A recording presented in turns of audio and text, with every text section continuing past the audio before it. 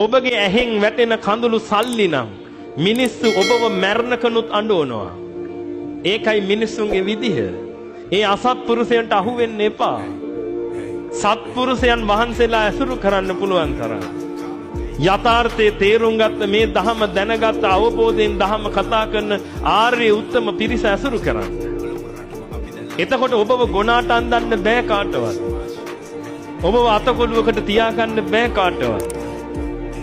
බලන්න පින්විතනි මොන විනාශයක්ද ඔබ ඔය මනුස්ස ජීවිතයට කරන්නේ කියලා. ඔබට ඔය මනුස්ස ජීවිතේ හම්බුනේ මැටි ඇමතිවරු වෙන්නද?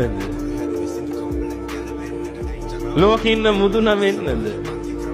අනේ පින්විතනි තව අවුරුදු 20යිනේ. ඔබ මගමලේ නැත්තම් තව අවුරුදු 10යිනේ. එන්ජින් එක ස්ටාර්ට් වෙච්ච ගමන් ආයි කොහෙද?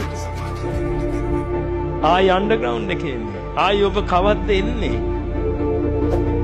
ආයි ඔබ එනකොට කෝ සම්බුද්ධ ශාසනය? කෝ දොර අරගන්න විදිය? ඒ එකක්වත් ඉතුරු වෙන්නේ නැහැ.